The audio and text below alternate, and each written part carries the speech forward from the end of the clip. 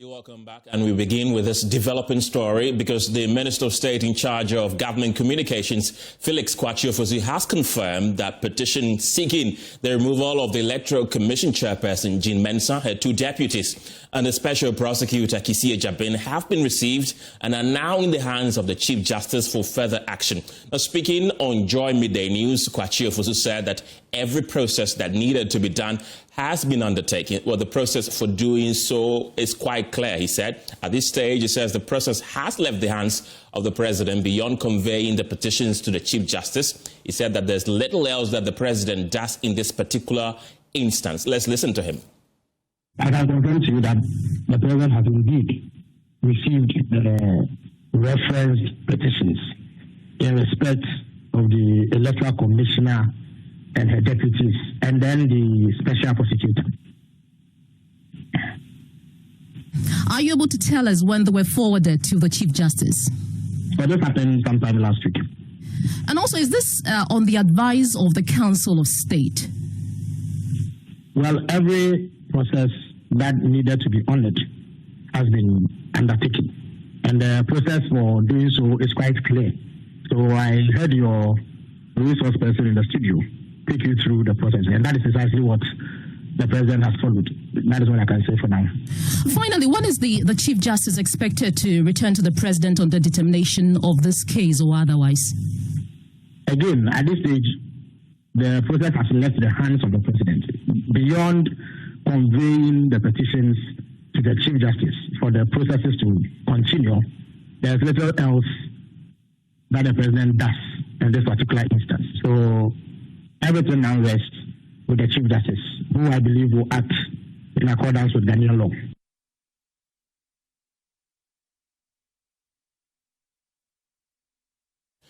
And as we speak right now, we understand that there are 10 petitions in all. Let's engage one of the petitioners who has petitioned for the removal of the Special Prosecutor, Kisi Ejabin.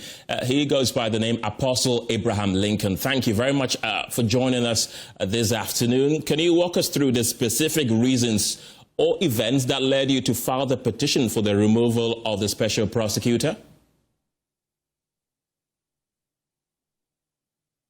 Kindly unmute your microphone so we can hear you.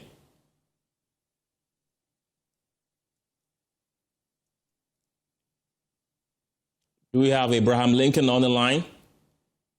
Right, we're still trying to get Apostle Abraham Lincoln. Remember that he is one of the petitioners seeking for the removal of Special Prosecutor Kisi Ejabin. Just last week, he organized a demonstration to that effect, calling for the sack of the Special Prosecutor, Kisi Ejabin. That demonstration was joined by several individuals who share in that particular view. One of those individuals was a private legal practitioner, Martin Pigbu, who joined the march, who has also been very vocal about this particular removal process that they're seeking for Kisi Ejabin to be removed. And if you're just joining us, a developing story that is coming through is that 10 petitions in all have been forwarded by the presidency to the Chief Justice for recommendation and advice. They are seeking for the removal of Jean Mensah, the Electoral Commissioner, her two deputies, and also the Special Prosecutor, Kisi Ejabin. And of course, we will follow through with that story. But in the meantime, though, let's bring you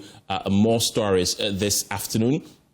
And we're trying to connect with Abraham Lincoln, who is one of the petitioners, as I mentioned earlier. We'll try to get him on the line, but in the meantime, a 180-unit modern housing project designed to resettle the people of Ewoya and Krampa Krom remains on paper, stalled by Parliament's delay in ratifying Ghana's first lithium mining lease. For 2 years, residents have lived under a stop work order, unable to build, cultivate new lands or plan their futures, while the fully designed new township, complete with homes, schools and social amenities, sits untouched. Emmanuel Jivenu has more in this week's episode of Hope and Pulse, The Lithium Promise.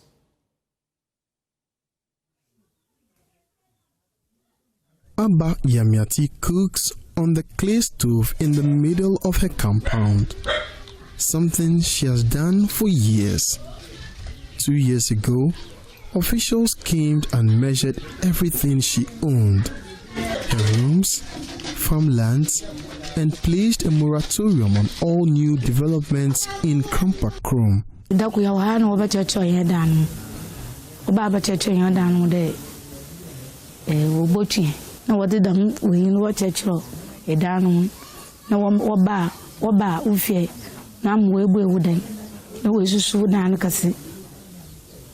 Na we so land no down bibi o won bia na we twa na chi wa kwale oble paper je o dan man we twa no the paper blay na chi wa san so ba na abem de no so ye do pole nti won wan sun pole sun eka so ba na we so no wa mo paper.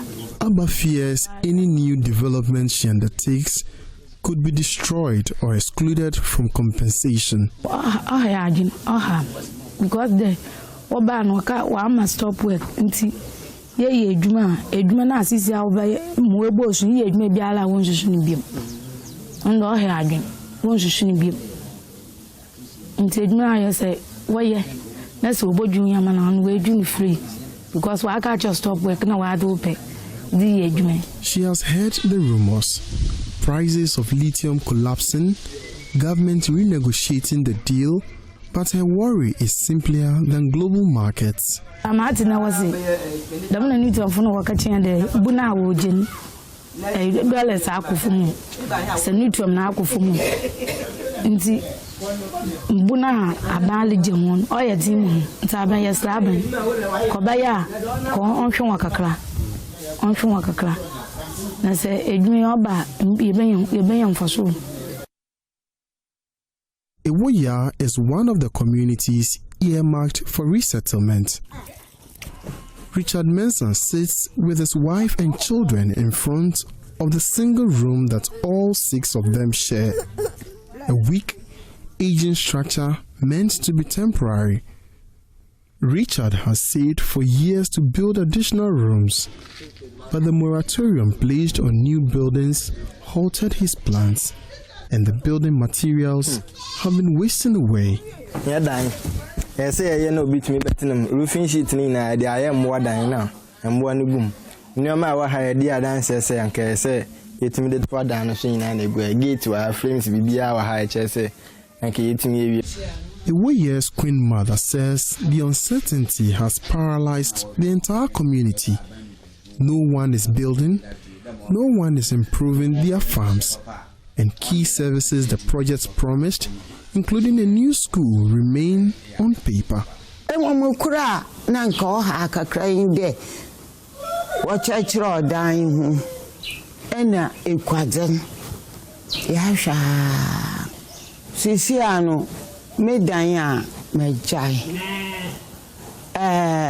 Ahabanya osa me do come animu no na mejai nti ahami ti ahwa kakra na de a eha yan se ye sre aban onsan paper no man na ni ahom beya no eno ani ahwe yi. At Ewoya's improvised community school, teacher Esther says children here can only attend school up to class 3. After that, they walk several kilometers in their quest to quench the academic thirst. Because of this walking, the performance of the students here are very poor. It's very poor because you see they are tired. They walk this long distance journey to school and come back. When they come, they go to bush. So they don't get time to learn and study. So their performance is very low. But if they've gotten the infrastructure here, they are being taught here, they close maybe 2:30 or 3, they have enough rest, do their homeworks and do reading, their performance will be up. She recalls a child who was nearly hit by a car on the main road 2 weeks ago, one of the dangers of the long daily commute. A girl she was almost knocked down by a car because where she was trying to cross to go to school from this very village. So something has to be done. Meanwhile, the resettlement plan meant to move Ewoya and Krampakrom into a modern community has been fully designed and approved, but cannot begin. The new township covers 29.5 hectares with 180 housing plots, a preschool, a market and a commercial center, a health facility zone, a sports field, a chief's palace and place of worship, light industrial area, surfaced and unsurfaced internal roads.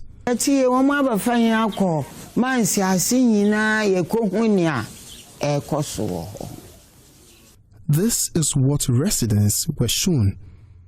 This was what they were prepared for. But the entire plan depends on Parliament ratifying the mining lease. We took advantage of, at the time, the high lithium prices of 3,000 to, for example, move beyond the... For residents like Abba, these national debates feel distant. What she lives every day is the paralysis.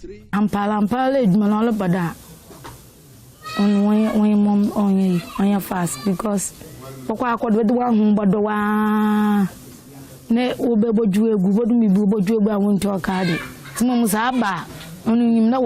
baby.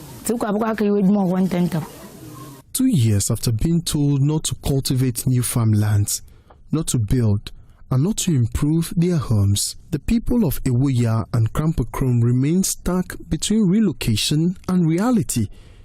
A modern township has been designed for them, but they cannot see it. Their current communities cannot progress, and until Parliament makes a decision on the Ewoya lithium project, their lives remain paused. Nojivanu, Joy News, Central Region. Well, let's have a conversation on the back of this and go to Zoom and speak to the Omanhin of Mankasim traditional area, Sajefo Amanfo Edu IV, as well as Omanhin of Nkusunkum traditional area, Nana Okese. Also on Zoom is Dr. Frank Boating. He's the acting director for Institute of Mineral Resources Investment and Governance at the University of Mines and Technology. Gentlemen, glad you could join me this afternoon. Let me start with you, Sajefo Amanfo Edu. How is the delay in this project impacting the socio-economic activities of your people?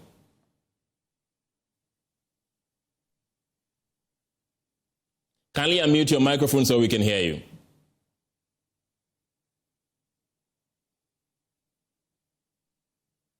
Hello, Sajefo. Yeah, good afternoon. Good afternoon. I was asking how the delay in this lithium bill is affecting your people.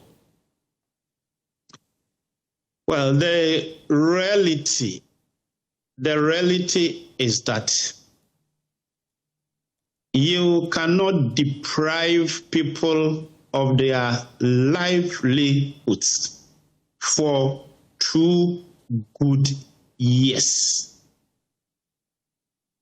Exactly October 2023, when the moratorium was passed, apparently we all know it's part of the Ghanaian laws. We all know that the surface right belongs to the chiefs and people, and the mineral rights belongs to the government.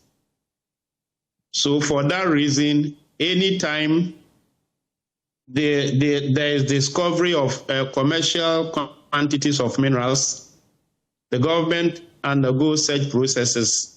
And once the lease is issued to the miner, all such activities are frozen. And that was why this moratorium was issued in October 2023, and up to date, our people cannot undertake any economic activity. So you can just imagine, what are they feeding on? They are basically farmers. That is the issue. That's the real issue. Right. Our people are starving. Our people are starving. And we are unable to, in fact, hope came quite recently, just before the parliament went on recess. The ninth parliament, they recently went on recess. Before the recess, we had some hopes because our member of parliament, Honorable Dr. Ebenezer Ahin, raised on the floor of parliament, and we had a positive response from the minister. Okay. That they were going to look at it as soon as possible. They went on break and resumed quite recently. Our hopes got much more higher. They came to parliament and we had the hopes that they've laid the new agreement before parliament. Okay.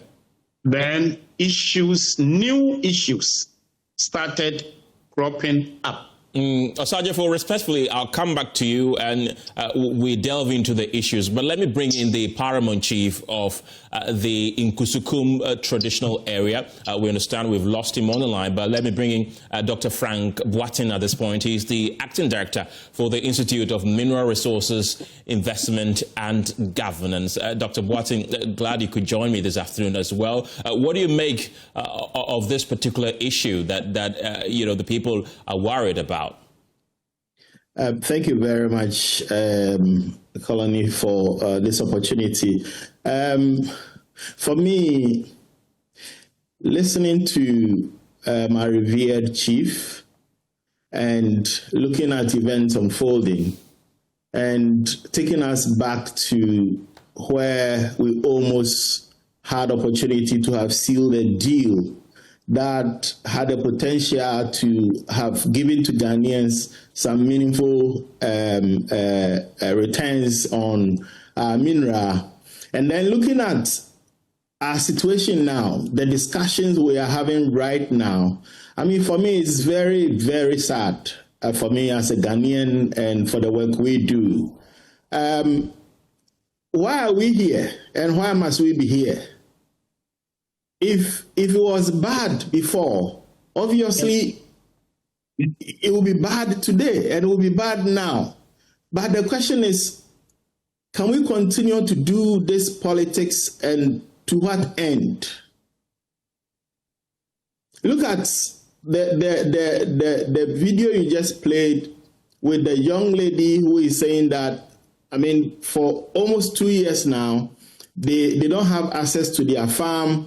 They are not able. We should look at these people, right. The livelihood of the people of Mfantsipim, and what we have put them in as a country. And Parliament is doing this for us, for the whole country. They are representing us. So for what Parliament, has put people of Mfantsipim through, for us to now come back to the table to talk about this, for me, is very sad. Okay, I'll come back to you, Dr. Boatin. Let me bring back Osajefo Edu again. You were raising concerns about new issues that are coming up. Kindly tell us what these issues are.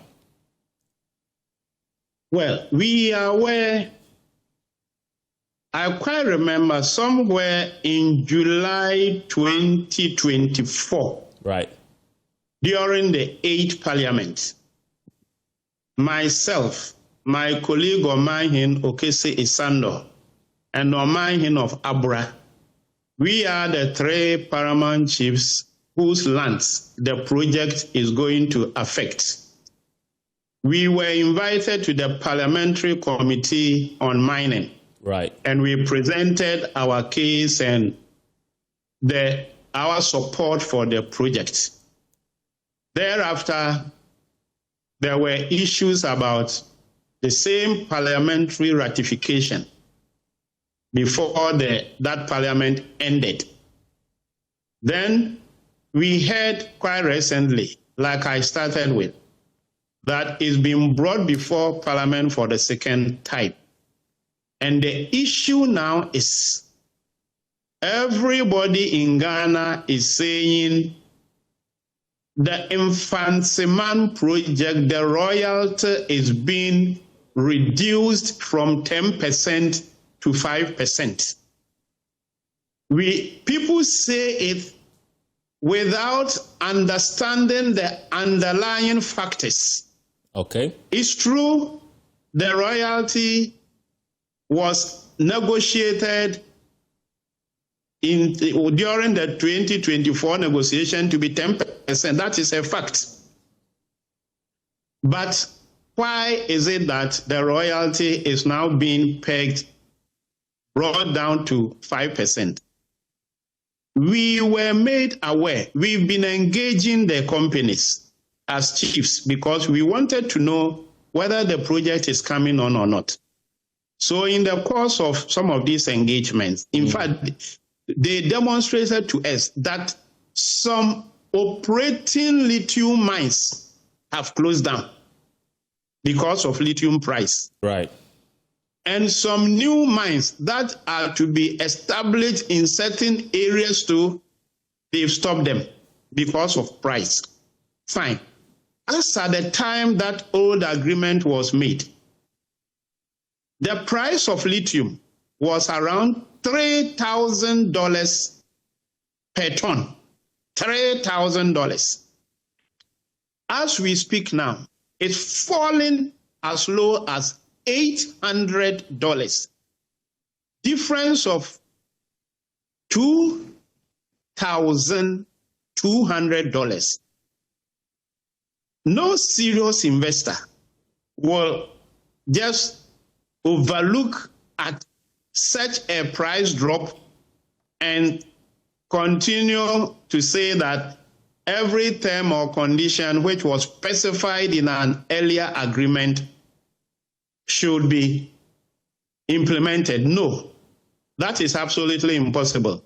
So our understanding is that what I know and what I've heard and what I've read is that Parliament is saying the Ghanaian laws on royalties, earlier it was 3% to 6%. That's Act 703. Okay. The rate for royalties, Act 703, which was signed in 2006, fixed the rate for royalties at a range 3 to 6%. Then in 2010, it was amended to a flat rate of 5%. Even with the flat rate of 5%, I'm aware some mining companies were successful in negotiating for cheaper rates. So if we take the whole mining industry, my understanding is that the government, the law is the law. Our law is that royalties are 5%. So the question now comes, why is it that the law says the royalties rate is 5%, but Atlantic Lithium only, Barari, they wanted, it's a mining company. It's within the mining industry. So there's a law for all mining industries. So why should they be singled out and say, yes, everybody is paying 5% and even some negotiated for below 5%. You alone, Atlantic Lithium, Barari DV, you are to pay 10%. Fine. Let's even say because of the price, attractiveness of the price at that time at 3,000, there was justification in it because fine, if there's a tendency that it was 6%, 5%, and somebody negotiated and the 3% was agreed, then automatically, if it's also justification is saying that yes, it's 5%, but yours should be 10%. I don't see anything wrong with it. In their case, something else has happened. At the time that the price was, the royalty was 10%, lithium price was 3,000 Ghana cedis per ton. And if it's dropped as low as 800, if you are doing simple mathematics, assuming royalties are based on prices, okay, then we would say that if at the time that it was 3,000, the royalty was 10%.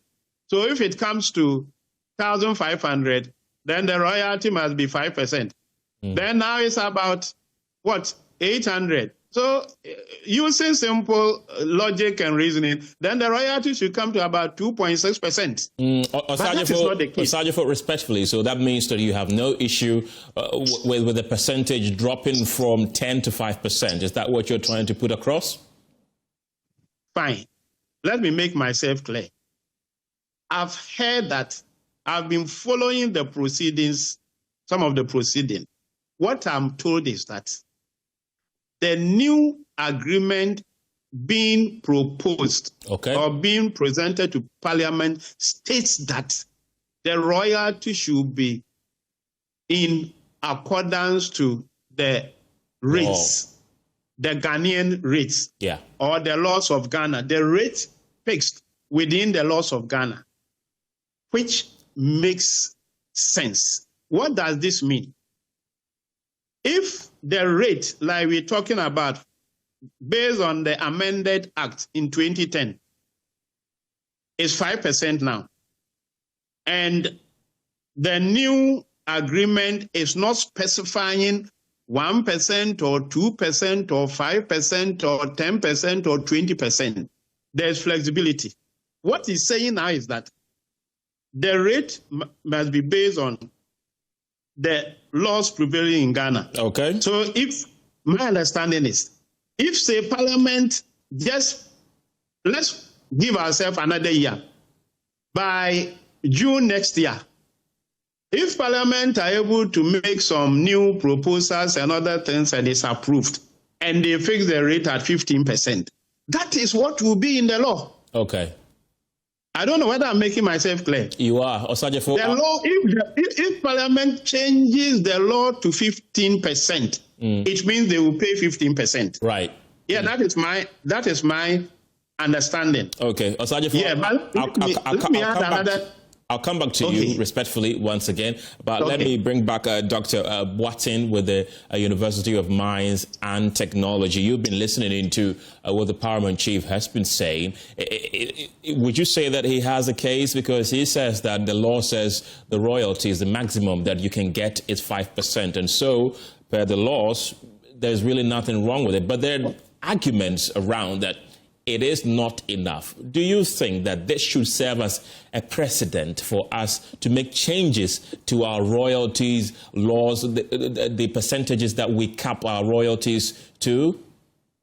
Okay, so, I understand Nana's position. If I am in his shoes, of course, where your subjects, have been subjected to no activity for over 24 months, I mean, definitely you would call for progress. Yeah. And, you would definitely want that. But I also believe that if it is better, Nana can get more and he can do, more development. So I'm looking at it from that angle. Now, let's think back to what were the reasons why Parliament nearly approved a royalty of 10%, whilst we knew the royalty is capped between 3 to 6%. I think there was a reason. The reason was that these are green minerals. The rate at which the world needed these minerals was so much. And if you go back to the commentary at the time, and, some of the, our vociferous fellows who spoke on these issues, I don't want to mention anybody's name here. Yeah. They didn't want Ghanaians to own this and run, Atlantic. So my point is, there was so much reason for us to have adjusted, royalty at the time. And Nana has said it all. The commodity price was good. The world was so much in need of the commodity, and everybody needed that. Today, the dynamics have changed.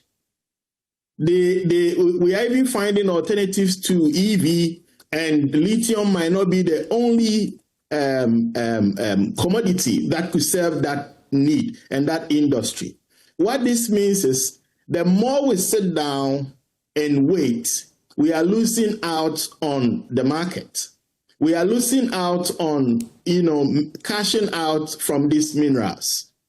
So it's very crucial that we don't let this turn into another debate where there will be a standoff and we are not going to close this deal. I feel there are certain things we can look at. I mean, price sensitivities can be plugged in. If tomorrow prices change, we can come back to the table and look at the royalty deals as well. And again, let's not forget that government of Ghana is a shareholder of this company. Apart from our 10% free carried interest, which is coming to us by law, we have actually put in an equity of 6%, which means the more we delay this project, the more revenues that is accrued to government will be affected. So, yes, I mean, let's look at this. Let's look at possible rise and fall somewhere, and let's look at price sensitivities for the future.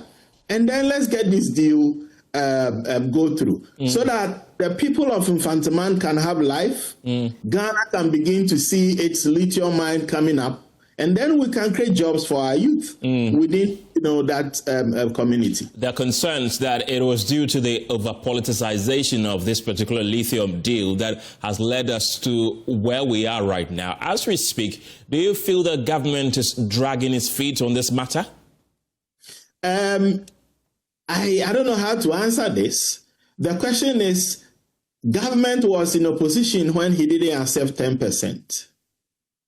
Government is in power where, unfortunately, commodity price and other variables that the project is carrying with is not showing positive signs. And for that matter, we now have to water down what would have been a fantastic thing for this country.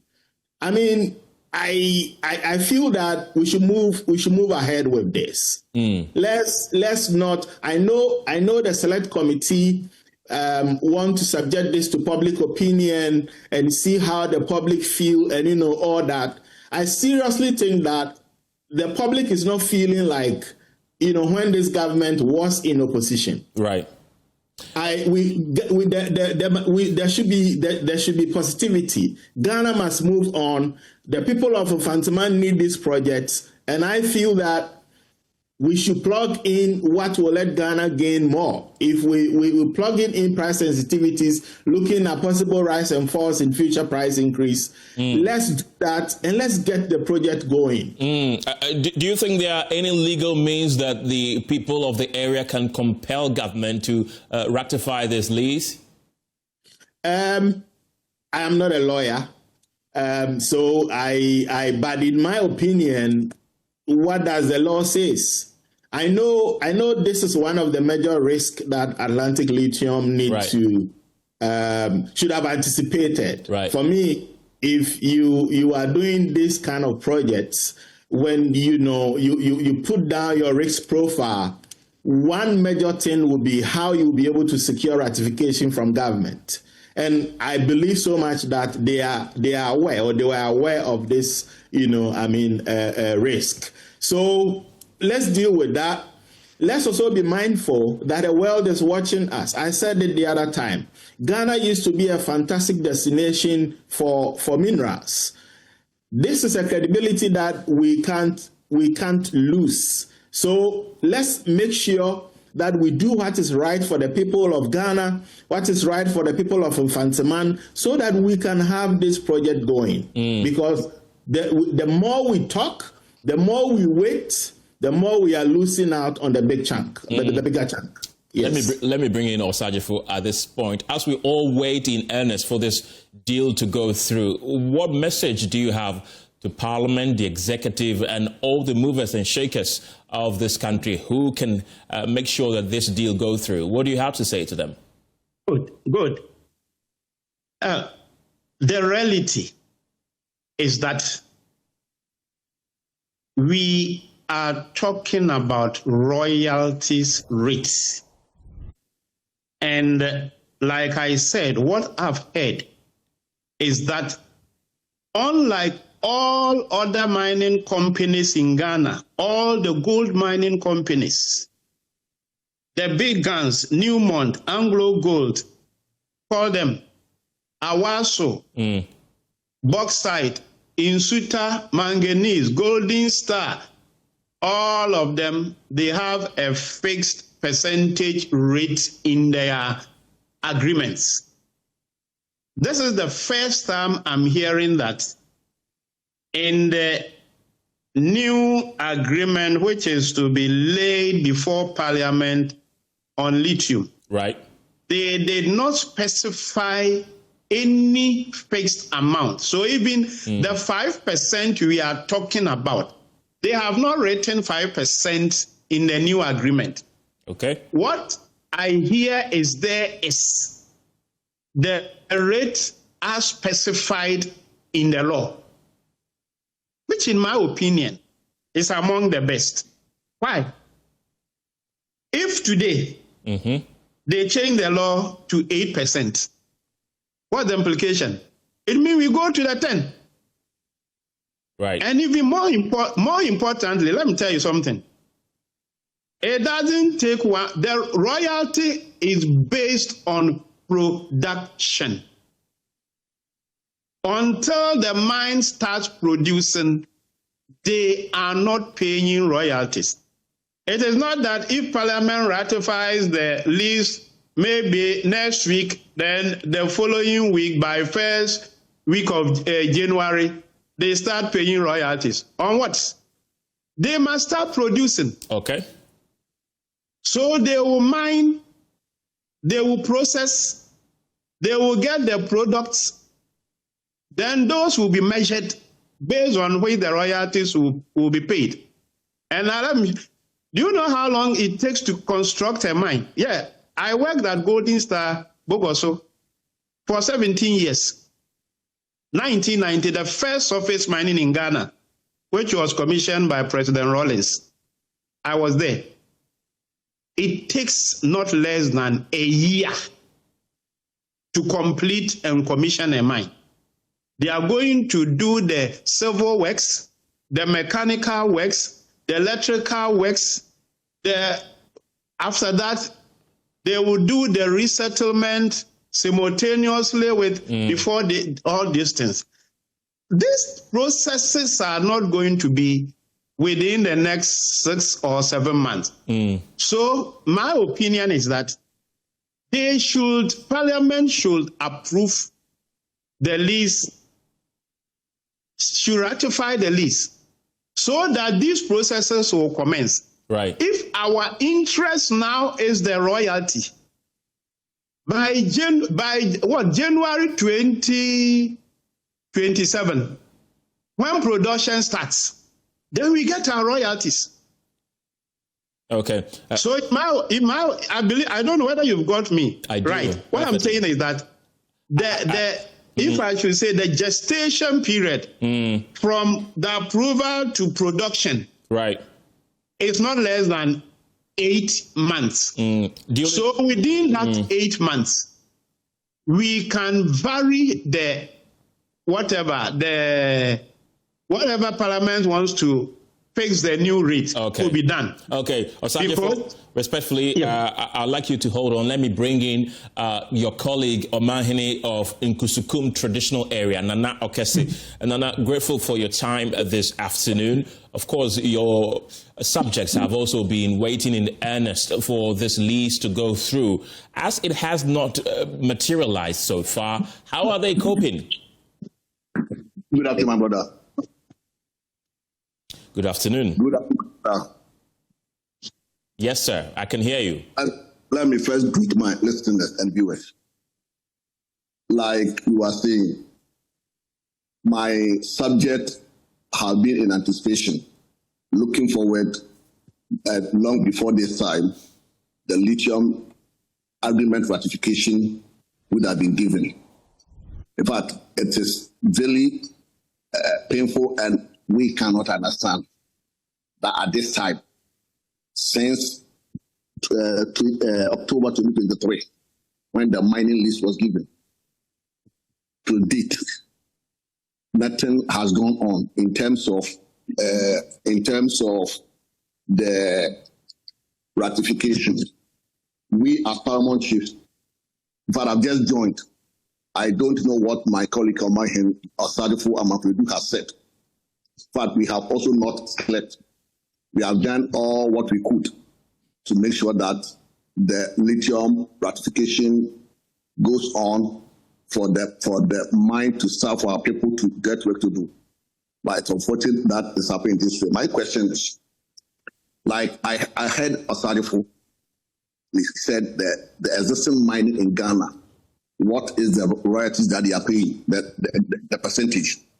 In fact, I'm here to know whether there's any company in Ghana paying just even 6%. Some are even paying sliding scale from 3 to 5%. Right. This is what, yes, 3 to 5%. We were all worried initially when we did not understand that why should the company give Ghana government royalties of what 5% initially. It was when we learned that that is what the law, the Minerals and Mining Act says. Yes, see, that is that. And since it is law, what can we do? We cannot. I mean, until the law is amended, everybody is bigger than the law. My issue now is, what does the Constitution say? What does the Constitution say? What does the Constitution say? If we say that it should be close to 10%, and the Constitution, Article 1, subsection clause 2 says that the Constitution of Ghana is the supreme law of Ghana. Any other law that is inconsistent with it is void to the extent of what? Inconsistency. Are we not breaching the Constitution? We will be happy if tomorrow we wake up and Parliament says that, oh, we have amended the law, and we will get 20% or 30%. Why would we be happy? We are going to be happy. But as much as that has not been done, I don't see our case. We don't have case. Somebody can even go to court and invoke Article 2, Section 1, enforcement of the Act of the Constitution. Well, as we all know, when a Constitution did not come to overthrow the other laws, the existing laws in Ghana, Constitution only came to fulfill it. But in a situation where Constitution crashes, where there is discrepancy or inconsistency between Constitution and any other law, Constitution prevails. And Constitution has given birth to the provisions that is govern Minerals and Mining Act in Ghana. That is our problem. My plea to the Parliament is that they should think of the people and the youth who do not have work to do. They should think of the farmers who the mining, because of moratorium, has stopped them from farming on their land. We should think of the people who were burdened, who want to have a place to lay down their head. That for almost 2 years now, they cannot do all these things. This is what we should think now. Then, if after the ratification is given and the Parliament says that now this is how much Ghana will take, we don't have problem. This is the percent that we take, we don't have problem. In as much as I know that a law does not take retrospective effect, fine. So if something was to be done today, tomorrow, for them to, in order to ratify the deal, I think they don't have any case to bring. Because as I am a paramount chief, as Osadifu is a paramount chief, and if we tell you the number of course the pressure that comes on us from our subject, sometimes some calls come, you cannot pick the call. You don't have to pick the because when you pick it, you don't know what to tell, what to say. This is what is happening, my brother. This is what is happening now. Right. Omahene, you've mentioned a bit of the calls that you keep receiving, but really, how are they holding up? It's been 2 years since this issue started. How are they surviving, your people, really? How are they coping up? The situation has affected our subject terribly. Some of them, their source of livelihood is farming. They go to the farm, and there's the source of their livelihood. Telling them not to farm. Telling them not to farm. What do you expect them to eat? Some people, this is the source of their income to take care of their children in secondary schools and the tertiary institutions. Telling them not to farm. Don't farm on your land, because the government has taken the land. As we all know, the minerals is invested in the state, and it's entrusted to the president. Omahene, so going forward, do you have any plan in place to ensure that this process is done quickly, so that at least some relief will be brought to your subjects? All what we are telling the parliamentarians, both parties, minority and majority, is that the people at Iwuya, Krampapu, Krofo, Ansazi, Abonko, Anuchi, Okokodo, Nankasado, Amasi, Kusukuma Amasi, all these people are Ghanaians. Right. And they are suffering. We cannot sit down continue to see our subject suffering. They should do it for us. I don't think this is something that parliamentarians do. The parliament does it today. I think they have caused a taboo. Voila, it meets the law, and it does not breach the constitution. I don't think this is not a legal sin. Okay. Amahin of Nkusukrum traditional area, thank you very much for your time this afternoon. That's Nana Okese. And we also were joined by the Paramount Chief of Mankasim, Osajefo Amanfo Edu the Fourth, and also Frank Boatin is with you, Matt. Let me pick your final thoughts. Let me start with you, Osajefo Amanfo Edu the Fourth. Final words in 30 seconds. Yeah, I'm Osajefo Amanfo Edu the Sixth. The Sixth, rather. Yeah, thank you. The Sixth, yes. The Fourth died some 100 years ago. Right. Anyway, my plea, and I believe in knowledge sharing. From my experience, what I'm saying is that royalty is paid based on production. I repeat, royalties are paid based on production. The formula of 10% per ton, that ton is not the mined ore, but the production. So it does not take less than 8 years to commence the construction of a mine. The gestation period is not less than 8 years. 8 years from clearance to civil works to construction to mechanicals to electricals to whatever. So if the issue now is amendment to the royalty rate, if what I've heard that the way the term has been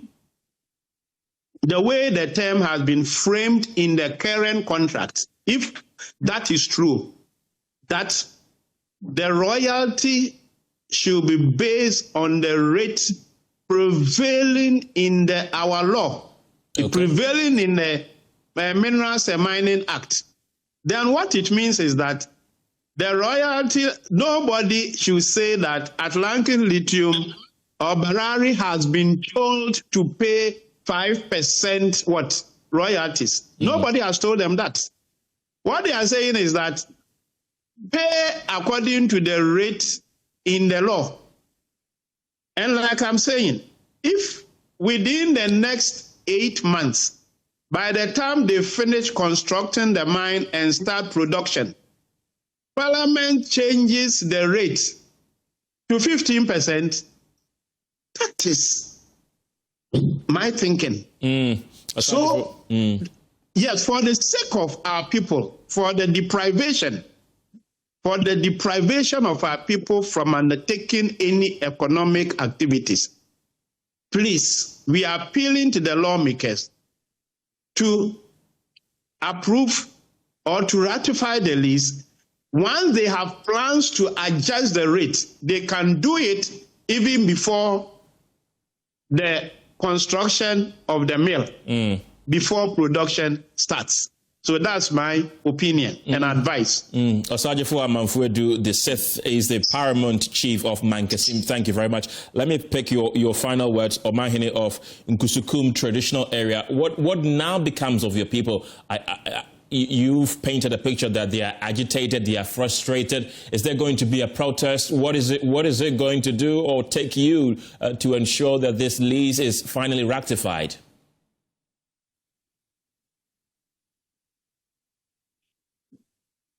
Thank you, my brother. What I will say is that the agitation is too much and unbearable. We as chiefs have tried our best to contain our people, control them. Hence, this far we have pushed so far. Yes, and I'm appealing to the government, like Osajifo said. I don't think this is something so difficult that cannot be done. And the fact that my people are agitating, if the law says that it is 10% that the company should pay to the state, we will stand by that, no matter the level of agitation. But since the law does not say so, and the act is 5%, I don't think as Parliament of Ghana they have case to say that they will not do it. In fact, so many calls have come, so many agitations have come. Even this morning, I granted interview to Costa FM in Mankasim. As soon as I finished, I received 9 calls. And what people are planning to do, see, we as chiefs, we cannot support them. We can't be anti-government. So far as the policy, the current policy says that 5%, I think that is what we should go by. What are people planning to do? No, people are planning to re-enter their land. And since the survey of structures, survey of the crops has already been done, they go back and do anything on the land. By law, they cannot be paid for that.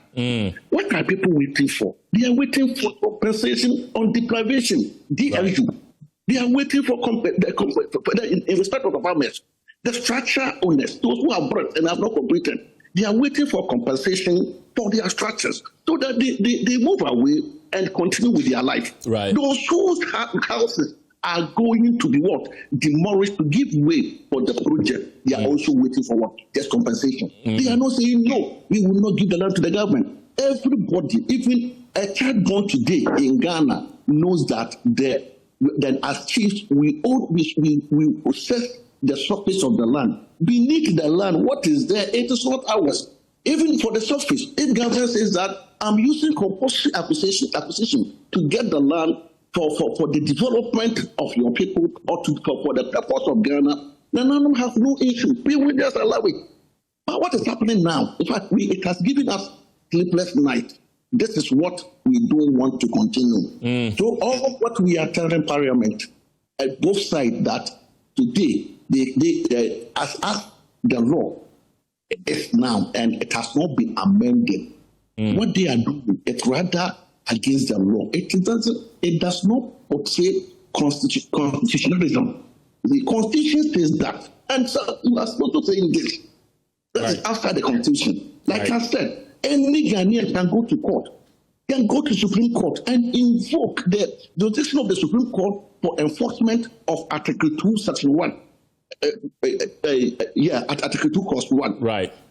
That's the enforcement of. So what we are pleading is they should consider the fact that The people who are suffering are Ghanaians. For 2 years, they don't go to farm. Right. Go to villages, other villages, people have planted. They have harvested their corn. Okay. People have harvested plantain. People have all sorts of food from their farmland. But our people have been deprived of all this. So what are they expecting us to do? I see. Omahene, thank you very much. That is Omahene of Nkusukum traditional area, Nana Okese Isando, the 9th. And I still have Dr. Frank Boateng with you, Matt, with me. You've listened to both traditional leaders. They seem to be in unison with what they are demanding. Your final words before I let you go. Thank you very much. You know, I'm excited about, how passionate they are about this project, because they know how it's going to change the economy of, Mfantsiman. I mean, one, I would say that, if the chiefs are giving this project a vote of confidence, it's a positive sign, to the Parliamentary Select Committee. One, two, we are also looking at Ghana as a country. I mean, Ghana is a country that believes in the rule of law, and we are governed by laws. So we must also let our laws work and guide us. Now, the other point I am making is, just as the chiefs indicated, you can only get your royalty when production is going on. You can only make, your 6%, equity contribution, which will come in dividend when the company is operating and has made profit. You can make your 10% free carried interest when the company is producing declared profit and is able and capable of paying. So, at this point, there is not much that Ghana stands to benefit. And again, I have indicated that the more we delay on this mineral, the more it's going to hurt this country, because they are quickly finding alternatives to lithium. So are we going to sit down to allow the mineral to go waste? And again, if a country is blessed with natural resources like what we identify, in Mfantsiman, and we do not mine it, it sits there for nobody and for no benefit. So we must look at what this project will bring to the people of Mfantsiman. The economy of Mfantsiman will change. We must also look at what this project will contribute to Ghana, not even looking at the royalties and the other benefits that we are getting, but the fact that the byproduct, feldspar, which is going to be used to establish the ceramic factory in Mfantsiman to create more jobs and to ignite our industrialization, I feel that we shouldn't sit too much on this. If it was bad before, we shouldn't say it is bad now and continue to hold on to this. Okay. Parliament can do this. We can go ahead and sign. We can make sure that we fix in, sensitivities to make sure if tomorrow prices change, we can come to the table, and then it will be a win-win situation. Right. We are sitting down looking at a company that has put close to $64 million in sunk costs, and nothing is happening. Right. Dr. Frank Boateng, thank you very much. He's the acting director for the Institute of Mineral Resource Investment and Governance at the University of Mines and Technology. The Pulse returns after this break. Don't go anywhere.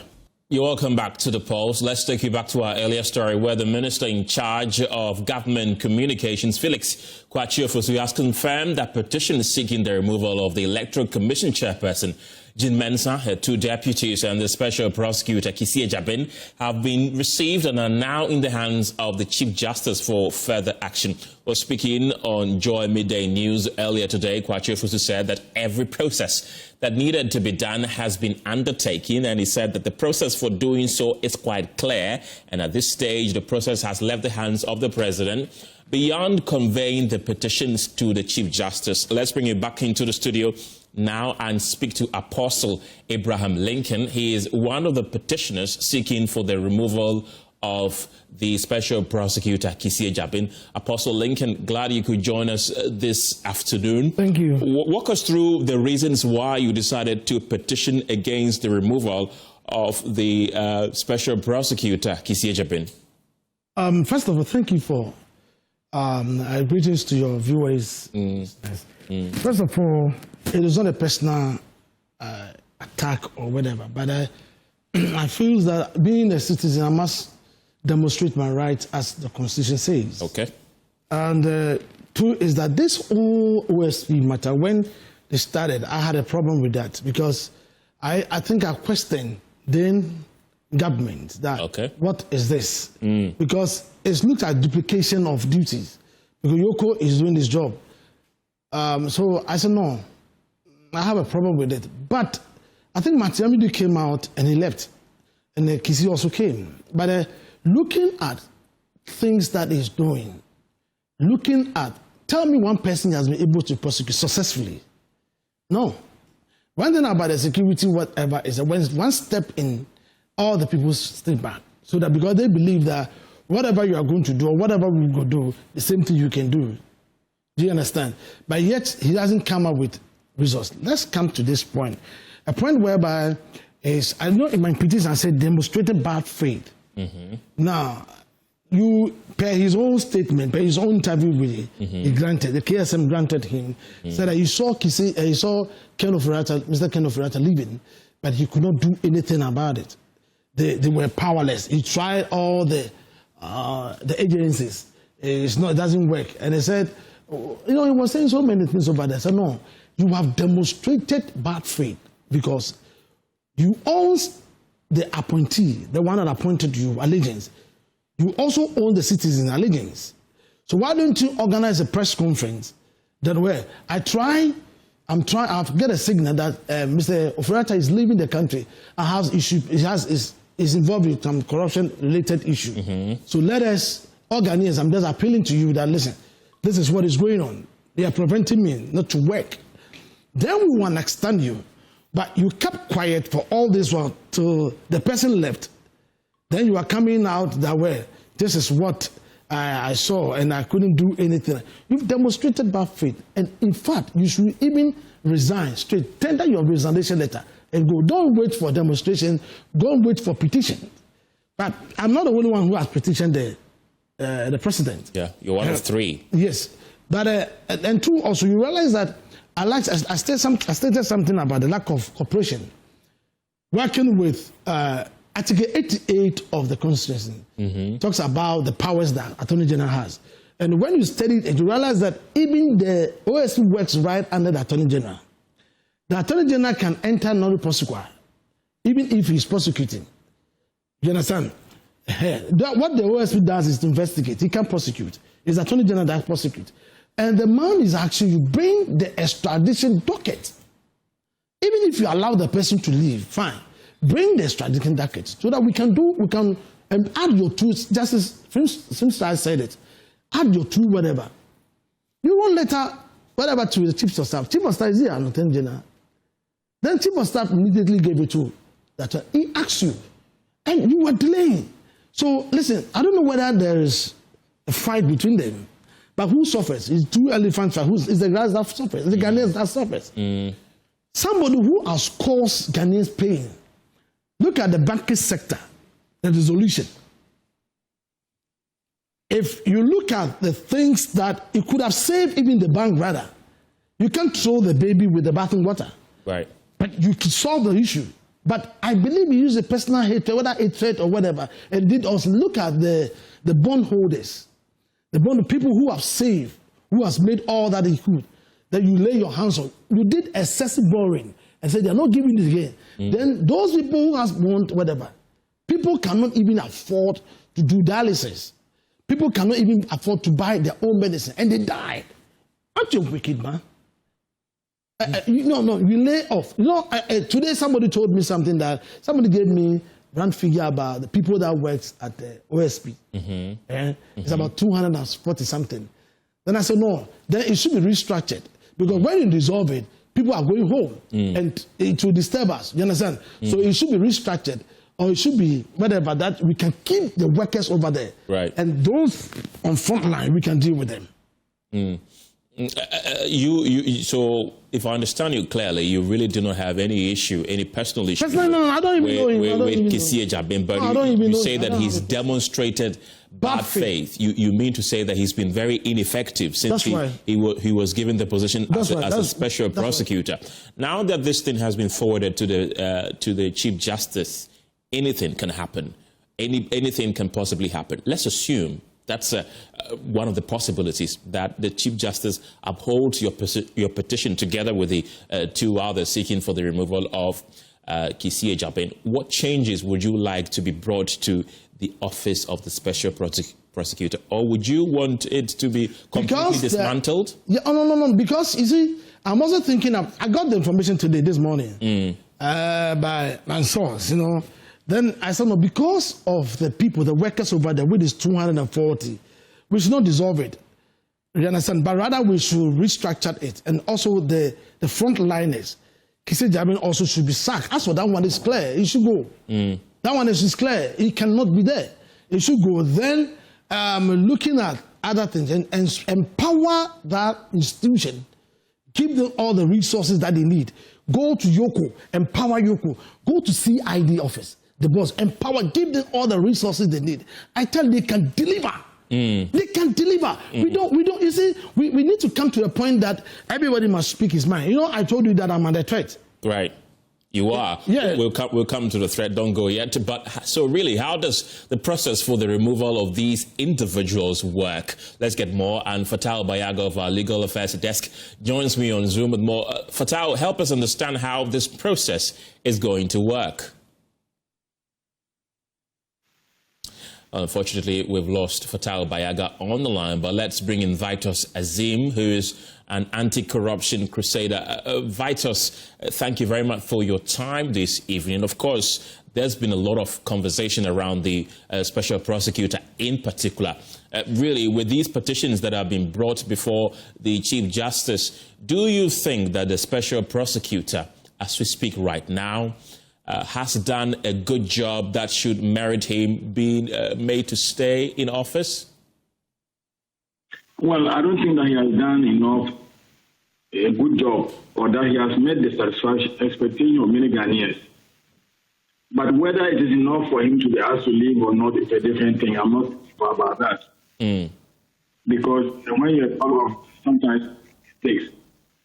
So unless we can establish that he was deliberately negligent to favor the person involved, maybe we still need to give him some time. But he should listen just one must say. If it is true that he was not able to operate in the circumstances he was supposed to have resigned. He is a man of principle. He didn't need to wait until now to come and tell us that because of that, things were not fine. The atmosphere was not good for him to operate. And that's why people are so mad with him. Vitus, let's talk about the EC chairperson, Jean Mensah, and her two deputies. There are 7 petitions in all against them as well. What do you make of those petitions against the 3 individuals helming the affairs at the Electoral Commission? Well, these things were expected. We expected these petitions, but maybe not so many. Because sitting from outside and watching what was happening at the EC, there wasn't much to write home about. Even when she asked not to appear before the committee that was created, the Supreme Court at the 2020 election, and the Supreme Court sort of allowed her not to come out and testify. That was a serious matter. Some decisions, the use of the birth certificate, the SAL case, there were so many things that she did that I wouldn't have expected an independent institution to have engaged in. So definitely we're expecting this decision to come. But whether there's enough evidence to warrant her removal or not is a different matter. All right, Vitus Azim, thank you very much. He's an anti-corruption crusader. Let me wrap up with you, Apostle Abraham Lincoln, in the studio. You said that there's been threats on your life, or you feel like your life is under threat since you embarked on that demonstration somewhere last week. Tell us a bit more about that. I think that very day when I didn't go home early that day because I have to, for my own security, whatever. But on my way going, I saw a rider at the first light. When I got to Odoko, I saw the same rider there. Fine. When I got to Malam Junction, I saw the same rider there, and I got a carriage and approaching. Hey, I got up from the car and approaching. That time, my car was giving me problem, the engine. So it's like I was riding slowly so that I can get home and call a mechanic to help me. So I wasn't speeding, but I was like driving slowly. So when I got there and I accosted him. I saw you here. I said, oh, no, he said, oh, David, no. Oh, no, Maza. You know, he spoke, no. Where did he talk? I said, I saw you, Malam, I saw you at first light. I saw you at Odoko. I saw you. But you see, then he just moved. Left. What's this? I mean, I just want to, I've decided to see the police. Have you, I was about to ask Yeah, I want to report to the police. Why has it taken you so long to do that? Oh, until this thing, you know, when I was coming, got to that place, that place, how do you call it? There's a runabout, and I saw somebody also coming with the bike, but this was like a max, you know. I used to watch my mirrors and when I'm driving. So I saw him. The moment I turned that that area, I saw him there. I said, wow. That's why I came. I said, no, I have to report to the police. It's not a personal whatever with Kisi Jabin. It is about the nation we are looking at. It is about somebody causing Ghanaians pain. Okay. But my mother, can you just imagine about this banking, dissolution of the bank? People that are home now, drivers. Some have turned to Uber drivers. My mother, can you imagine this? And you see, when we talk, it looks as if we are against the persona. It's not about persona. If I give you a job and you cannot perform, then I have to sack you. You understand? Right. People have to sack you. I don't know how. Well, anyway, I don't have personal issues with him. What I'm trying to say is that he has demonstrated faith and also abuse of office. Martin people made that statement that anybody that criticizes him, he will call the person. Paul criticized him, he called Paul Adumoche. Martin criticized, he called. Anybody that, are you above criticism? You are not above criticism. Right. As a leader, you must embrace criticism. Because that is a stepping stone to go to the next level in life. So we are doing constructive criticism. We don't hate me as a persona. All right. God bless you. Okay, Apostle Abraham Lincoln, thank you very much. He's a petitioner. He's seeking for the removal of the special prosecutor, Kisi Ejabin. Well, let's talk politics now, because it's been a wave of endorsements for Dr. Bawumia's campaign team. I'm sorry, we're done with that in the Eastern region as they prepare to wrap up their tour on Tuesday. Let's cross over to the ground and speak with an aide to the former Vice President, Dr. Mahmoud Bawumia, and MPP flag bearer hopeful, Dr. Ekuya Amoako. Dr. Amoako, glad you could join us this evening. The last time we spoke to you, you were on the ground campaigning, of course. We've been hearing it's been an endorsement after endorsement for your candidate. Paint the picture for us. What has been happening in your camp? Well, yes, that's exactly true. We've been overwhelmed with the amount of endorsements that we've received, especially if you're familiar with the dynamics that we find ourselves in this particular election, where now we have an aspirant who actually goes from this region. But still, it doesn't seem to have affected much of the ground. Almost every constituency we've been to, we've been received with glowing endorsements from not just the members of parliament, not just the constituency, but the electoral area coordinators are all coming together to endorse the candidates who are elected. Their reasons are quite simple. They believe that he's been properly marketed. They believe they've been for so long over the period. They can attest to the good character, good judgment, and the temperament that is required to be able to put a party together. So that's and many other reasons that delegates are giving for blowing endorsement after endorsement. And we started our tour of the Eastern region on Monday. Almost every constituency there have been endorsement. I think the largest thing of the Gov't Northwest, where about 30 out of the 33 electoral area coordinators have been blowing the endorsement. Then we came to the Brigadier area, new Gov't out. There's about the same thing. I think there was 31 out of 34 electoral area coordinators also endorsed. Right. Dr. Go on. Can you please speak up? I can't see you. Yes, I was about to ask, your critics argue that these endorsements amount to practically nothing, pointing out that similar displays happened ahead of the 2024 general election. How do you respond to that? And how do you intend to convert these endorsements into actual votes in the primaries that are coming up ahead? And of course, the ultimate one in 2028, the general elections, if he wins. So I think let's take it a step at a time. Firstly, the internal election that we have in our party, the dynamics of that election are quite different from the general election. So when you go to a particular constituency, everybody in that room that is listening to your message is a voter and no one else. So it's a very closed system. And if you look at this, the structure, the mobilization structure of our party, when you go to a constituency, you have a member of parliament, you have a constituency chairman, you have constituency executives. Then you come to the electoral area coordinators. They essentially are the soldiers on the ground that run the polling stations. So every electoral area coordinator will have a certain number of polling stations, under them.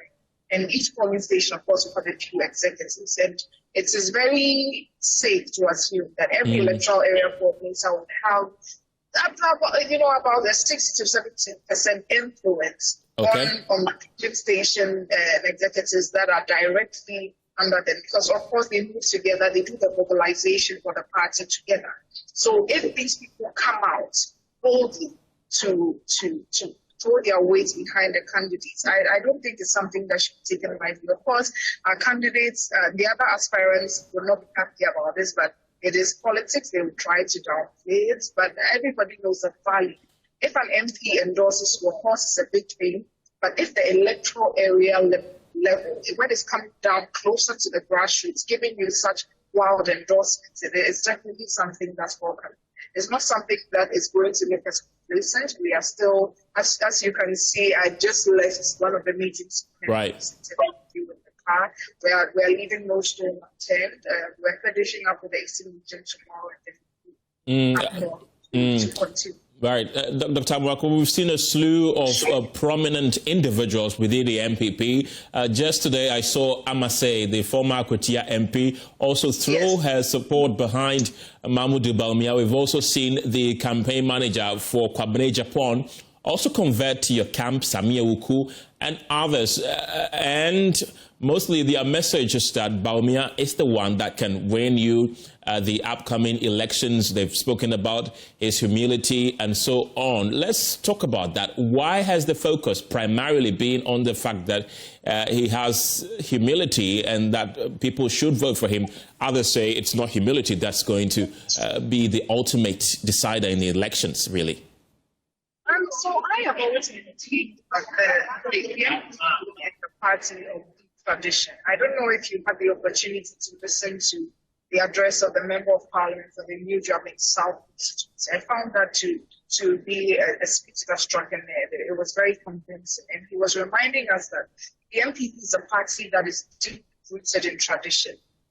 Let me just quote him a little. He said it's a party where we have Nana and we have Nana Council. Right. So it's a very conservative party, and we have traditions, and it seems to always play out.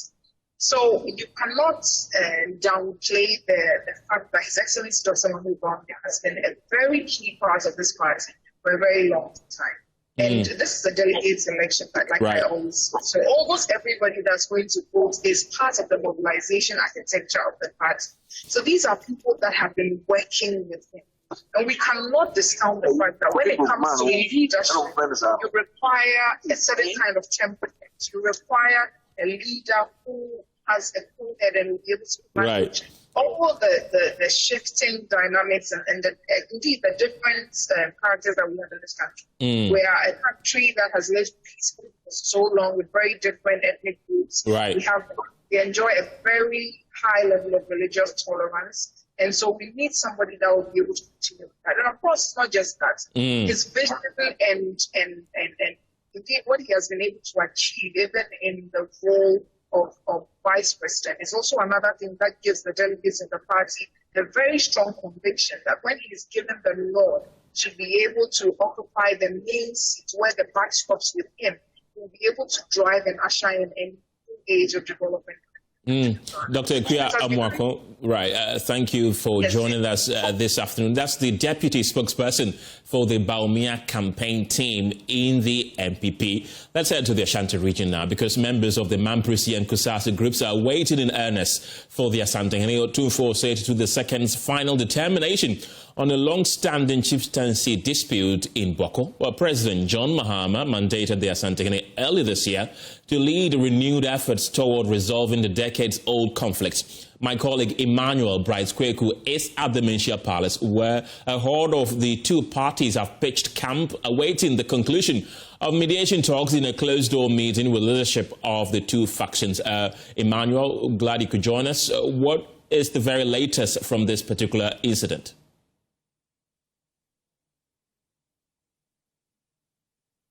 Well, unfortunately, we do not have Emmanuel Bright-Kweku on the line, but we can now take a look at what has been happening so far. Menchia Palace, and as you can see behind me, that's an armored vehicle stationed here at the Menchia Palace, and so we are having quite a heavy security presence here at the Menchia Palace as the Asantehene concludes mediations on the Bawku conflict that is between the Kusasis and Mamprisis. And in fact, over the years, this is a decade-long conflict, a chieftaincy conflict. And over the years, we've had people lose their lives to this conflict, properties destroyed. We've also had curfew, a series of them imposed on the Bawku and its environs. And so currently where I am standing is a frontage. So far we've had the two factions arrive at the Menchia Palace, and the delegation leading the mediation efforts. And so the Kusasi delegation and also the Mamprisi delegation have all arrived at the Menchia Palace. They are currently in a closed-door meeting with the Asantehene for his final verdict. But I want you to have a view of what is currently happening at the outside of the Menchia Palace. And so where I am is just the outside. Inside there is the Menchia Palace. We are having the Asantehene meet the two delegations at the Otumfuo II the second hall for his final verdict on this matter. But when you come to the outside, we're having quite a number of people camped here at the Menchia Palace. So heavy security presence. The road has been blocked to the Menchia Palace, so you can see the blockade over there. And the faction that is over there, we understand these are the Kusasis that have camped at the Menchia Palace. So all of them are waiting in earnest for the Asantehene's verdict on this particular issue that started. We know that the Asantehene started the mediation talks somewhere in April. That's April 28th to the 30th of April. And it was halted for quite some time and was resumed again in May. And for the few months that has passed, the Asantehene has always been in talks with these groups over here. And today happens to be the final day for his verdict on this particular matter.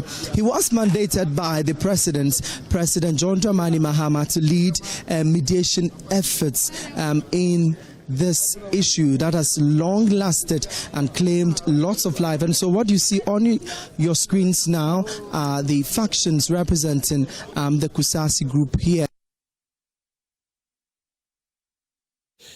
Emmanuel Bright-Kweku from the Ashanti region with the very latest. And there were wild jubilation among members of the Kusasis and Mamprisis at the Menchia Palace as the Asantehene concluded mediation talks today.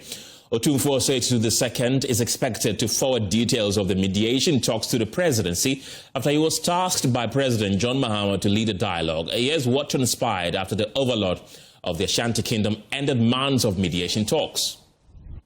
We understand this is the group for the Kusasis, and right after the mediation talks, there have been wild jubilations here at the Menchia Palace. We do not know what the conclusion of the mediation talks with the Asantehene has been, or the outcome of the mediation talks, but it is wild jubilation amongst the Kusasis here in the Ashanti region.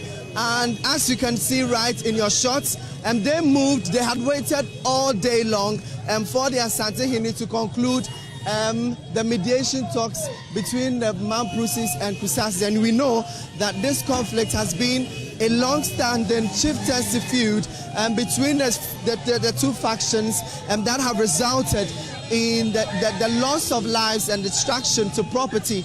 But these are the Kusasis. Also earlier, we understand that there was a pocket of chaos amongst the Mamprusis and Kusasis. We do not know what really started that incident, but it took the intervention of the security forces around to ensure that there was calm in this place. So it has been wild jubilations among the Kusasi group.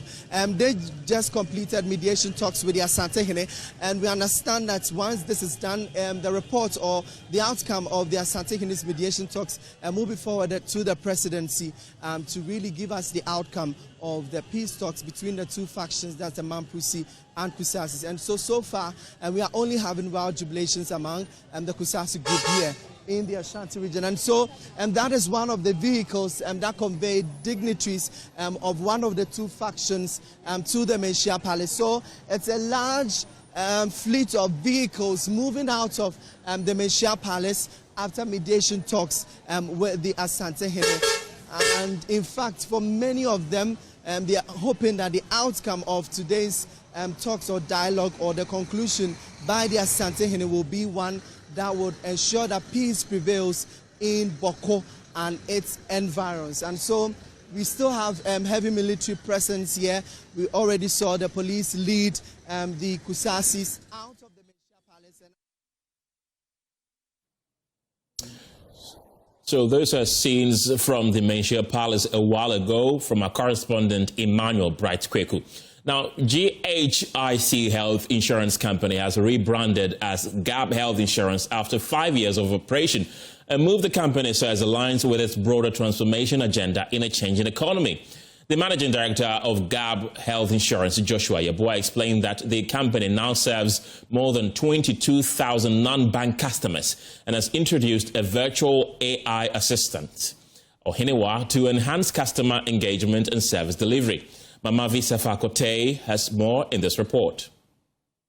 Health Insurance, formerly known as GHIC Insurance Company, is marking its 5th anniversary with the unveiling of a new logo and a full rebrand. The company, which was initially established to serve only the banking community, has now expanded its services to non-bank clients and currently serves more than 22,000 customers. Speaking at the 5th anniversary celebration in Accra, the managing director of Gov't Health Insurance, Joshua Yeboah, shared key performance milestones and achievements with Joy News. Over the past 5 years, within just 5 years, we currently have over 22,000 members on the scheme, and that is a significant feat if you look at health insurance business. When it comes to our capital and solvency, we have one of the best in the industry. And as I mentioned, now we have introduced AI in our operations. We just launched Ohinewa, which is our AI-assisted platform to help members without going through direct agents. Members can, at the comfort of their offices or their homes, request for services, check their coverage limits, and then they can make informed decisions about their benefits that they have. Board member of GAB Health and CEO of Idoris Pharmacy, Doris Atifwa, also commended the company's growth and evolution over the years. This unveiling ceremony is not just a new logo or a fresh design. No. It is about who we have become.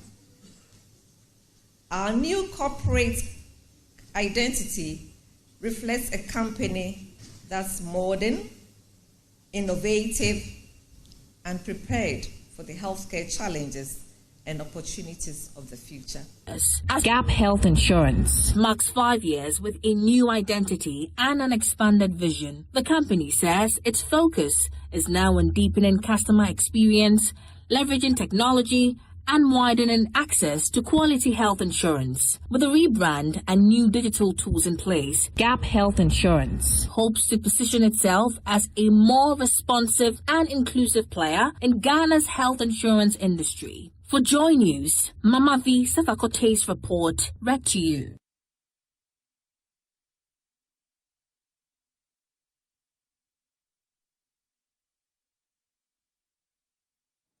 Well, that's it for Pulse today. Thank you very much for being a part of the show. For more news, you can log on to myjoyonline.com. My name is Kenneth Jesse. Have a good evening.